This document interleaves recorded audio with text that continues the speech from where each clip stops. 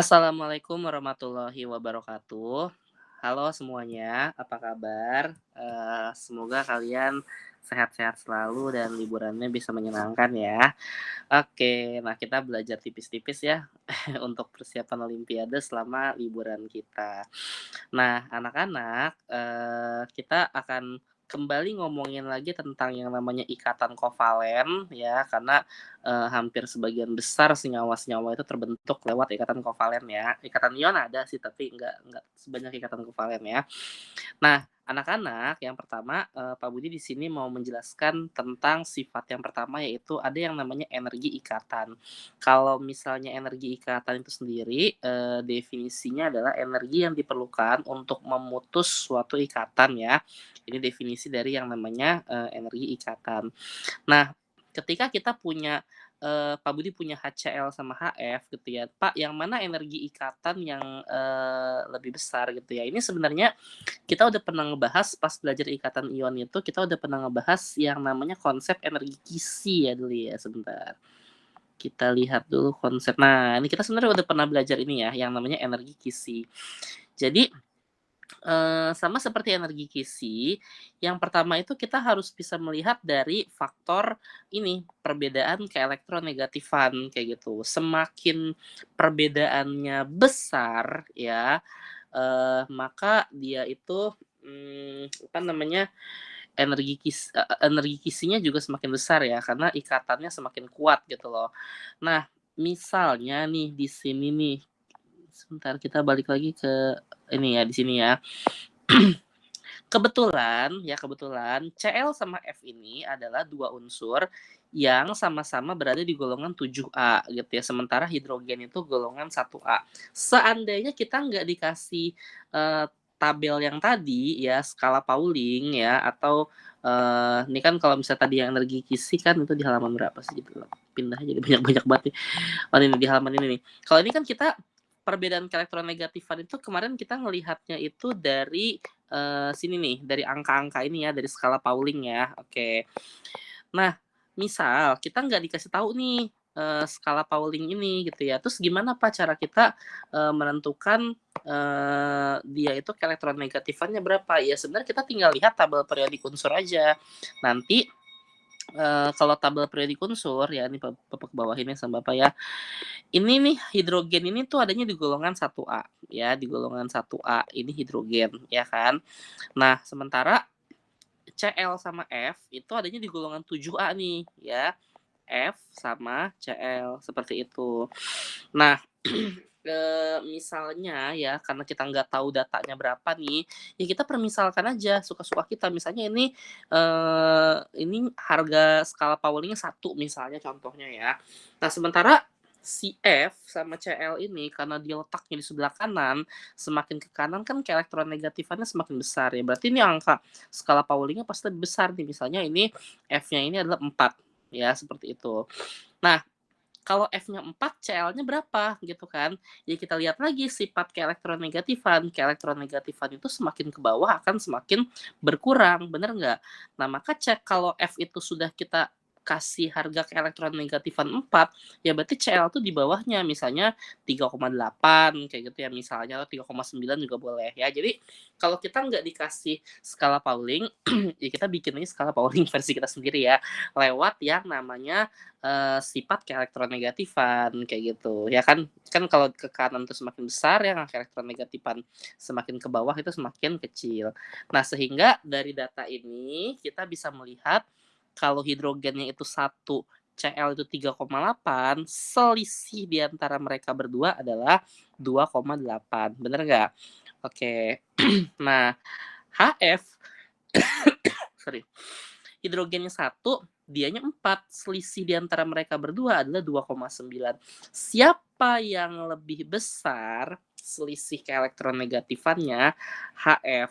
Sehingga HF itu ikatannya itu akan lebih kuat. Ya, jadi ketika si H itu berikatan sama F gitu ya, dan ketika H itu berikatan sama Cl, ini ikatannya itu jauh lebih kuat Nah, yang ini ikatannya jauh lebih lemah, kayak gitu.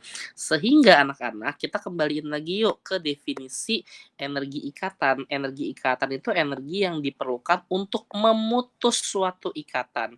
Sehingga kalau ini mau kita putus sama kita ikatannya, ini dua-duanya mau kita putus ya, putus. Yang mana yang lebih mudah diputus? Ya pastinya ini lebih mudah diputus, bener nggak? Karena dia ikatannya lemah. Nah, yang ini lebih sulit diputus. Kenapa? Karena dia ikatannya kuat, ya nggak? Kalau ini lemah ya. Nah, karena inilah ya kan, membuat HF itu energi ikatannya itu jauh lebih besar daripada si Cl. Kenapa? Karena dia lebih sulit buat diputus. Berarti dia butuh energi yang lebih besar juga gitu ya untuk memutus ikatan di antara keduanya. Seperti itu. Paham ya sampai sini ya? Jadi ini konsepnya sama ya seperti energi kisi, tapi berbeda. Kalau energi kisi mungkin dia berlaku untuk ikatan ion ya. Ini NaCl. Ini kan berarti Na plus 1 sama Cl min 1 gitu kan ya. Tapi kalau HCl, apa ya? Dia tuh dipol ya, ini dipol positif, ini dipol negatif. Jadi bedanya begini, kalau energi kisi dia itu tuh ionnya tuh real ya, benar-benar ion ya kan terbentuk lewat ikatan ion Na281. Na kan ini 281 gitu ya, melepas ya kan. Cl287 menerima sehingga yang melepas jadi Na plus, yang menerima jadi Cl min, begitu kan? Ya enggak? Nah, real ikatannya tuh bener-bener ionnya tuh terbentuk tuh real ya, karena ada yang melepas, ada yang menerima gitu. Tapi kalau HCl karena dia itu tidak ada yang melepas dan tidak ada yang menerima ya, jadi dia itu lebih kepada dipol ya, dipol positif, dipol negatif. Ini lewat keelektronegatifan gitu ya. Oh ini lebih gede karena dia posisinya di kanan gitu kan ya di tabel periodik, maka negatif. Oh ini posisinya di sebelah kiri di tabel periodik, maka dia lebih kecil kayak gitu ya. Jadi energi kisi itu jauh lebih kuat karena ionnya tuh real gitu ya. Bener-bener ada ion Na plus sama ion Cl min. Sementara kalau HCl itu lebih ke dipol ya, dipol positif sama dipol negatif. Gitu ya anak-anak ya. Jadi meskipun konsepnya itu sama ya, cara menentukannya sama tapi berbeda gitu antara si energi kisi sama energi ikatan. Kalau kisi itu benar dari ion, kalau energi ikatan ya dari kovalen gitu ya. Pahamnya sampai sini ya. Nah, yang kedua, sifat yang kedua itu adalah panjang ikatan. Panjang ikatan itu adalah jarak dua buah inti atom yang saling melakukan apa? Ikatan kovalen. Nah, ini nyambung nih. Misalnya Pak Budi punya HF sama HCl ya, HF, HCl, HBr. Nah, anak-anak tadi kita sudah mengetahui bahwa HF itu ikatannya itu lebih kuat ya, kayak gitu. HCl itu ikatannya lebih lemah, kayak gitu ya. Nah, kebetulan nih FCl sama Br, tiga-tiganya nih berada pada golongan 7A nih sama semua nih ya. Kan tadi kan Bapak cuma dua doang tuh FCl, Br gitu ya. Berarti kalau ke bawah dia pasti ke elektronegatifannya lebih rendah lagi kan, bener nggak? Karena semakin ke bawah semakin kecil ya, misalnya ini 3,7 gitu ya. Sehingga kalau kita bandingin sama kita ya, ya semakin ke BR dia semakin lemah ya nggak? HBr dia pasti akan lebih lemah. Ya kalau kita peringkat ya sama kita ya, kalau kita peringkat ini peringkat 1 paling kuat, ini peringkat 2 lebih lemah, ini peringkat 3 paling lemah seperti itu. Nah, karena ikatannya itu lemah anak-anak ya. Jadi kalau misalnya ini Pak Budi gambarkan nih sama Pak Budi nih, H sama F ini misalnya atom hidrogen, ini adalah atom F gitu ya.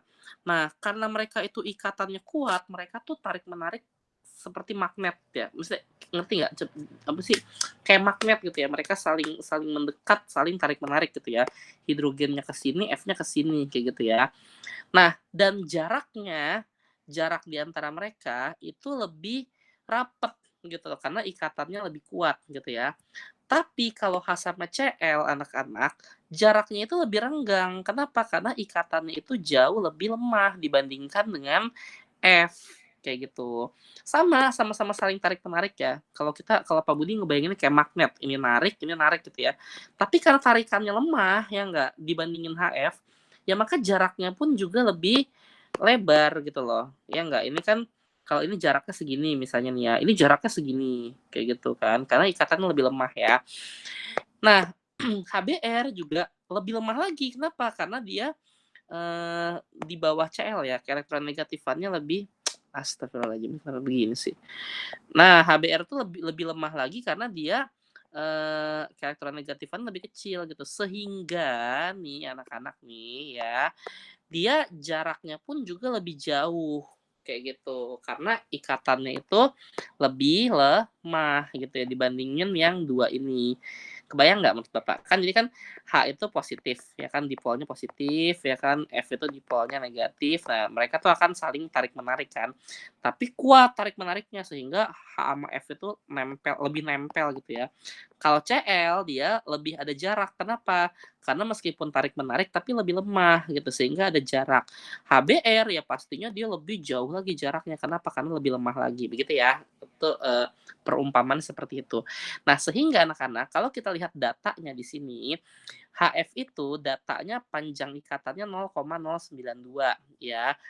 HCl itu jaraknya 0,127, HBr itu jaraknya 0,141. Jadi dia ikatannya lebih berjarak atau lebih panjang ya. Semakin ke bawah, semakin ke elektronegatifan lemah, dia lebih berjarak atau lebih panjang ya ikatannya ya. Kalau ini namanya angstrom, ini satuan untuk atom ya. Maksudnya dia kecil banget ya, jaraknya sangat kecil banget, makanya udah nggak sentimeter lagi mainnya, dia mainnya udah angstrom.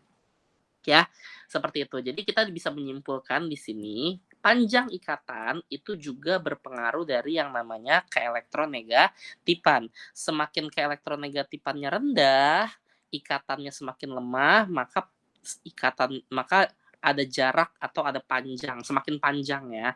Tapi semakin keelektronegatipannya kuat, jaraknya juga semakin pendek ya. Maka yang terjadi panjang ikatannya pun juga semakin pendek.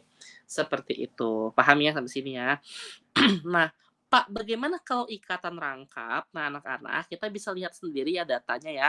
Kalau ikatannya tunggal, nggak rangkap, itu panjangnya segini, 0,154. Kalau ikatannya rangkap 2, itu 0,134 turun ya kan? Kalau misalnya rangkap 3, 0,120. Jadi semakin ke bawah dia semakin kecil, ya kan? Nah, sehingga kita bisa menyimpulkan gitu ya, adanya ikatan rangkap, ini kan sama-sama karbonnya, nggak karbon sama karbon, tapi ini karbonnya yang berikatan, yang tidak berikatan rangkap ya, karbon sama karbon, ini karbon sama karbon juga tapi berikatan rangkap 2, yang ini karbon sama karbon juga tapi berikatan rangkap 3. Nah, sehingga kita bisa menyimpulkan nih, semakin dia punya ikatan rangkap, itu membuat jaraknya semakin pendek, bener nggak? Ini segini, ini segini. Jadi semakin pendek ya jarak antara karbon ketemu karbonnya, kayak gitu ya. Sehingga semakin banyak ikatan rangkapnya, panjang ikatannya juga semakin pendek, kayak begitu. Ya, ya sama kayak misalkan contohnya kita punya tali deh. Nih misalkan Pak Budi punya tali nih, tali segini ya. Terus Pak Budi lingkerin, Pak Budi ikat sama Pak Budi. Nah, ini kalau misalnya ikatannya cuma satu, panjangnya segini. Tapi kalau misalnya dengan tali yang sama ya dan dengan panjang yang sama, Pak Budi kasih ikatan dua, begini, sama di sini satu nih. Bapak ikat talinya sama Bapak ya. Nah, dia kan makin memendek kan, benar nggak? Kalau Pak Budi ikatnya 3 kali, di sini satu, di sini satu, di sini satu, ya dia pasti akan semakin memendek gitu ya. Padahal kalau kita rentangkan sebenarnya panjang talinya itu sama gitu ya. Nah, ini logika dari yang namanya ikatan tunggal, ikatan rangkap 2 sama ikatan rangkap 3 gitu ya. Semakin banyak ikatannya dia semakin memendek. Paham ya sampai sini ya? Oke. Nah, yang terakhir yang ketiga itu adalah sudut ikatan. Nah, sebelumnya Pak Budi mau kalian ketahui bahwa lingkaran itu sendiri jadilah lingkaran sempurna. Ya, itu sebenarnya adalah ini sebenarnya memiliki sudut ya sebesar 360 derajat. Begitu kan? Ya enggak? Itu adalah, sebuah, sebenarnya lingkaran tuh kumpulan dari sudut-sudut ya, kayak gitu. Nah, anak-anak, eee, Pak Budi mau ngebandingin molekul AX2 sama AX3 ya, contohnya misalnya ini linier ya, yang ini adalah, segitiga planar, seperti itu. Nah, ketika Pak Budi di sini punya molekul linier, ini kan sebenarnya nih Pak Budi copy paste ya lingkarannya sama Pak Budi ya, copy, terus di sini paste. Nah, linier itu dia itu, bentukannya kan seperti ini kan, ya nggak? AX2 berarti dia bentukannya seperti ini nih. Nah, ini bentuk bentuk daripada sebuah linier, sehingga dia tuh membagi 2 sebuah lingkaran, ya kan. Lingkaran ini tuh dibagi 2 sama dia, kayak gitu. Sehingga ya berarti sudutnya berapa ya, 360 dibagi 2 sama dengan 180 derajat. Sehingga anak-anak, kalau misalnya bentuk linier itu, bentuk molekul linier, dia tuh memiliki sudut sebesar 180 derajat, begitu ya. Nah, tapi kalau misalnya segitiga planar, ini kan sebenarnya lingkarannya dibagi 3 nih, bener nggak sih? Kalau Pak Budi gambarkan sama Pak Budi tuh begini kan, ya kan? Begini. Nah, ini, duplikat terus ini ya. Nah, ini kan segitiga planar tuh seperti ini nih, ya nggak? Dia tuh ngebagi 3 lingkaran kan, begini, begini, begini. Nah, itu segitiga planar tuh seperti ini ya. Nah, ya kurang lebih dah semoga nih sama ya, kan Pak Budi juga manusia nih, nggak bisa tepat banget gitu ya. Ini kan sebenarnya lingkaran yang dibagi 3 kan, 1, 2, 3 gitu, sebenarnya mah sama gitu kan ya. Ya ini sama saja seperti 360 dibagi 3 sama dengan 120 derajat gitu ya. Jadi, kalau misalnya segitiga planar, dia itu akan membuat sudutnya itu berkurang menjadi berapa? Menjadi 120 derajat. Kita bisa menyimpulkan, sehingga di sini kita bisa menyimpulkan anak-anak, kalau tangannya cuma 2, ya, ini kan AX2, berarti atom pusatnya 1, tangannya 2 gitu ya. Dia memiliki sudut 180 derajat. Dan kalau tangannya ada 3 anak-anak, ya ini kan AX3 ya, tangannya ada 3, 1, 2, 3. Itu sudutnya berkurang menjadi berapa? 120 derajat. Sehingga kita bisa menyimpulkan semakin banyak tangan AX2, AX3, AX4, AX5, AX6 membuat sudut ikatannya itu semakin kecil, semakin berkurang. Kenapa? Ya karena si lingkaran ini harus membagi gitu ya. Kalau ini dibagi 2, ini dibagi 3, dibagi 4 dan seterusnya. Paham ya sampai sini ya? Nah, kalau kamu mau tahu lebih pasti, Pak kalau AX4 itu berapa derajat, AX5 itu berapa derajat, kamu tinggal buka PET Colorado ya, website yang kemarin kita belajar bentuk molekul, dan itu kamu tinggal klik bond angles-nya ya, atau sudut ikatannya. Nanti kelihatan tuh sudut ikatan itu berapa gitu ya. Oke, coba yuk misalnya kita contohin, kita buka PET Colorado nih misalnya nih di sini nih. Mana ya? PET Colorado.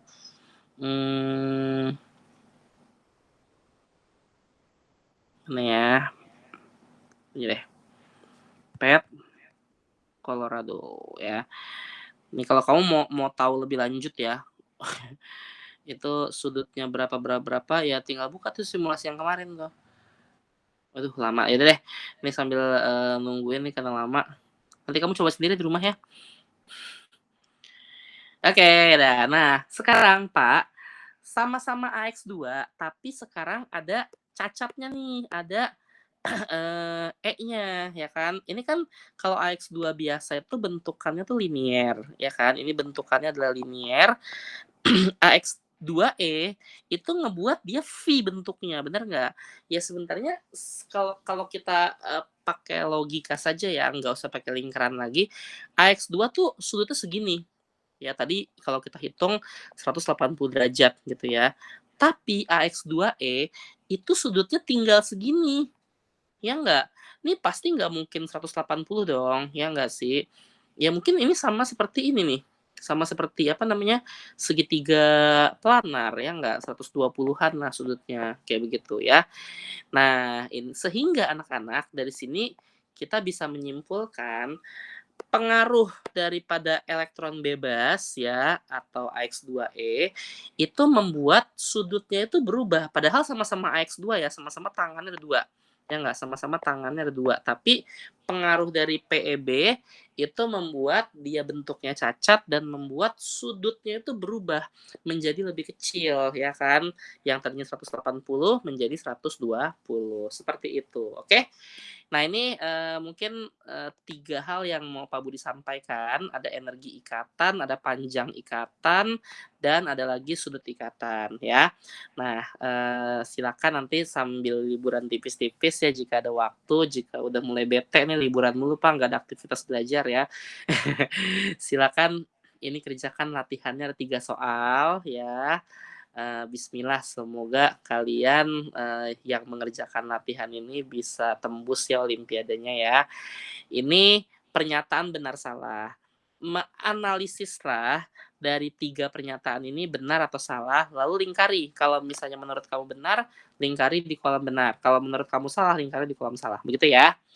Oke, ya sudah, silakan ini soalnya kamu screenshot, kalau ada yang nggak ngerti atau, "Pak, boleh nggak saya ngecek jawaban?" Boleh banget, silakan PC Bapak ya. Oke, kurang lebihnya Bapak mohon maaf, selamat berlibur dan selamat belajar, kurang lebihnya mohon maaf lagi, 2 kali jadinya. Wabillahi taufiq wal hidayah, assalamualaikum warahmatullahi wabarakatuh.